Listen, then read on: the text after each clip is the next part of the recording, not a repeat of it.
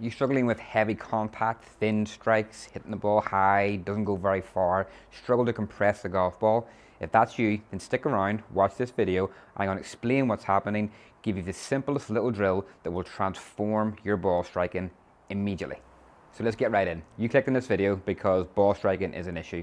As I said in the intro, fat shots, thin shots, really struggling to compress the golf ball. It's a big buzz term, compressing the golf ball. We all want to do it. We've heard about it. We see the tour professionals compress the golf ball, but what does it actually mean? Well, what is compression?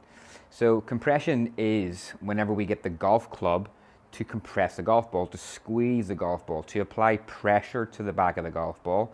We apply pressure to the golf ball, it squeezes off the face, we apply pressure to the ground, and the golf ball sails off into the distance, just jumps off the face with loads of speed and feels pretty incredible. You don't get that vibration sensation in the grip. So people that struggle with this, in my experience from coaching hundreds and thousands of players that have this problem, I think it's a concept that they have in their head of what's going to help get the golf ball up into the air. Now the concept that most people have is that we have to get the golf club to help that ball into the air. And when I ask them and say, as the golf club swings on an arc, there is a low point. And I ask most players and say, where would you envisage the low point being for a 7-iron, let's say? So where would the bottom of the swing be in relation to the golf ball? Would it be before it, at the golf ball, or after? Most people say, well, what I'm trying to do is I'm trying to just make sure the bottom of the swing is right at that golf ball. And that's the problem, because the bottom of the swing for a 7-iron should be some 3, 4, 5 inches after the golf ball. So what does that look like? Well, that would mean that as the golf club is descending, I'm trying to put the very bottom of the swing, the lowest point needs to be after contact. Now that will mean that we hit the golf ball, then we compress the golf ball, we apply pressure to the golf ball, then we take some divot. Now there's various things that help contribute to that low point being further forward, but for the purposes of this, I'm going to explain to you the one thing that I see people doing that puts the low point back behind the golf ball, and probably for the most part could be 6 or 7 inches in the wrong place. So the most common reason I see that low point being behind the golf ball is this.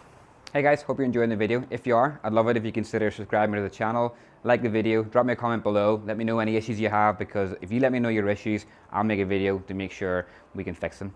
Enjoy the rest of the video. When a player gets to the top of the backswing, the wrist angle between the shaft and the forearm, they begin to throw those wrist angles forwards, arms and wrists straighten out very early. That's going to bring the ground very early. Low point is going to be before the golf ball. We're going to rise up through strike, perhaps thin the golf ball, top the golf ball, certainly experience lots of ground contact prior to the golf ball. We're not going to have any pressure applied to the ball or any semblance of any compression.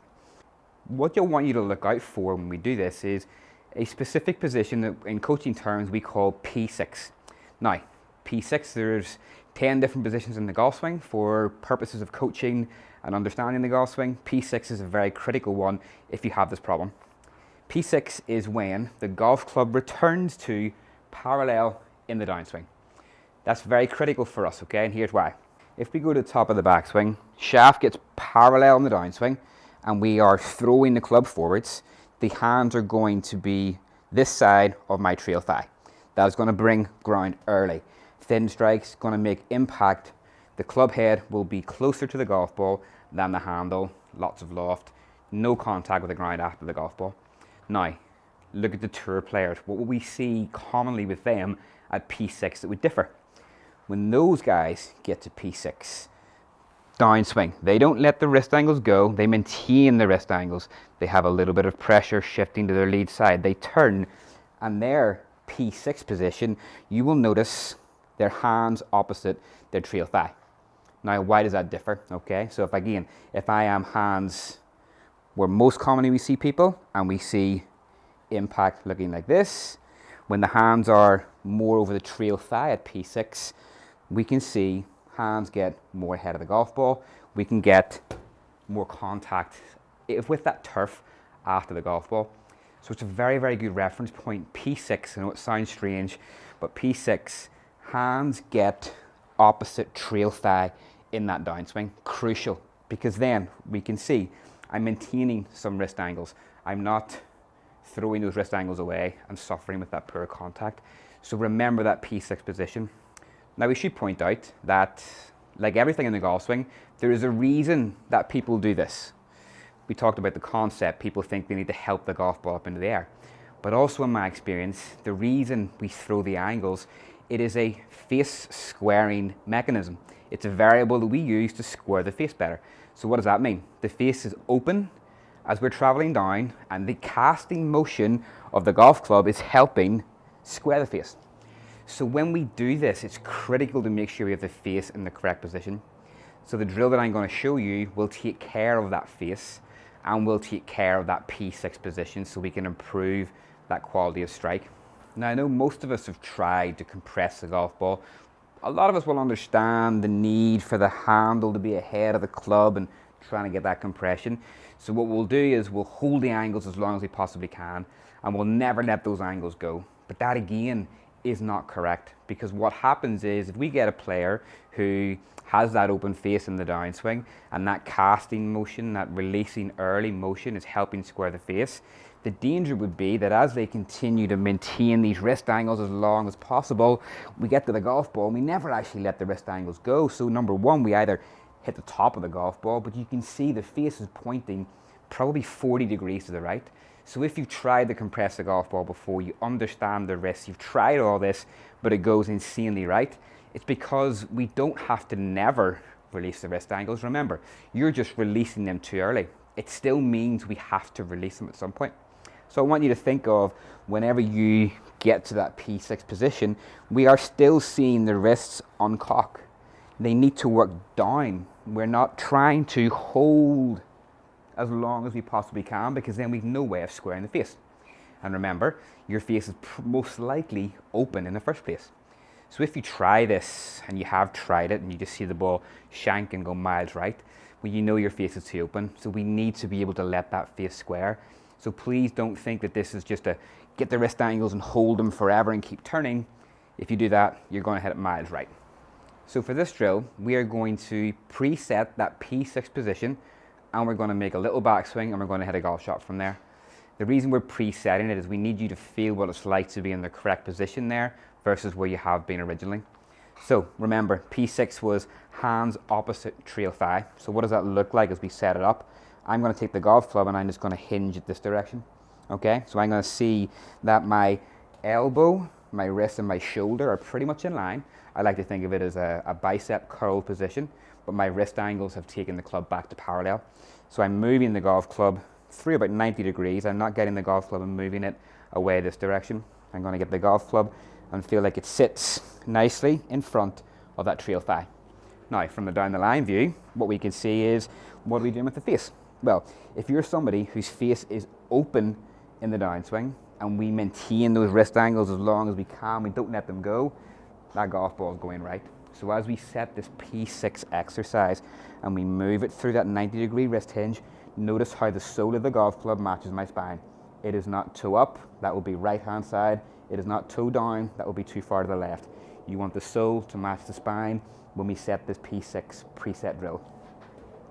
Now, how do we hit shots from there? All we're doing is preset it. We've got hands opposite thigh. We've got that right bicep curl position. I'm feeling like my triceps a little bit in front of my rib cage, not too far behind me. Preset it. We just hold it here parallel to the ground. Be very mindful that it is parallel to the ground. We don't want to have it too low or too high, and we don't want to have it too far in front of us, too far behind. It will run towards your target parallel with your toe line. Set it up again. We make a little backswing. This is preset, so we don't have to do anything extra with the wrists. We're just making a little shoulder turn and we swing through. Now, what I must say is, and what is really important when we do swing through, remember, we want the wrists to uncock. We need them to cock down. We cannot hold and hold and hold, because the face is open, we're going to lose speed, because remember, the wrists are a lever for creating some speed. So let's make sure that whilst we've preset this, we still want to let the wrists work down. We're just trying to delay how quickly it happens. So let me demonstrate. As I set that P6 position, my feeling would be a little bit of a turn, back down. We can rehearse it, back down to impact. This is maybe a 70, 80 yard shot. Little shoulder turn. I've just hit a nice little shot, 70, 80 yards, pretty low, straight down the middle, but I really felt golf ball, then some good contact with the mat. So that was obviously not delivered this way. I maintained wrist angles a bit longer, but I still let them go. So rather than you letting the wrist angles go here, then we're in trouble, feel like you let them go over the side of the golf ball, okay? So we want to release the angles, but they want to be through strike and beyond. Certainly not before, because we have obviously pretty catastrophic issues there. And as we practice this P6 drill, don't be afraid to grab yourself an alignment stick. Let's place it around about 2 club heads behind your golf ball. It's going to be placed just inside your trail leg. This is really a little external cue to feel like, as we don't want to straighten everything too early because we can see we're going to have issues. We want to feel like as we maintain those wrist angles and let them straighten out much later, okay? So you'll get a pretty easy idea if you've done this correctly or not by hitting or missing the stick. So you can see, miss the stick, golf ball, then turf.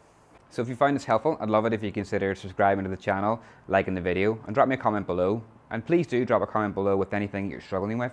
I'm using the comments to compile a list to help you guys fix whatever problems that you have. So as always, thank you very much for watching, and I'll see you in the next video.